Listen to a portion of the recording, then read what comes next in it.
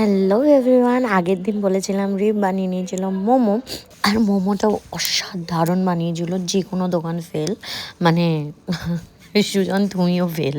তো এত সুন্দর মোমো বানিয়েছিল যে কি বলবো, তোমরাও বাড়িতে এরকম সেম ভাবে ট্রাই করতে পারো। শুধু একটা জিনিস আমরা করতে পারিনি, মোমোর সেফটা ঠিক করে দিতে পারিনি, বাট যেটুকুনি করেছি সেইটুকুনি আমার কাছে মনে হয় এনাফ। কারণ অসাধারণ খেতে হয়েছিল। এখানে দু রকমের চাটনি বানানো হয়েছিল, একটা বাদাম আর একটা হচ্ছে যেটা থাকে আর কি চিলি সসটা। আর এখানে ছিল হচ্ছে স্যুপটা তো অসাধারণ হয়েছিল। নেক্সট ডে আমরা চলে গেছিলাম হচ্ছে বিরিয়ানি খেতে। ডিবাপিও নয় আর দাদা বৌদি নয়, আমরা চলে গেছিলাম অনির্বাণস বিরিয়ানিতে।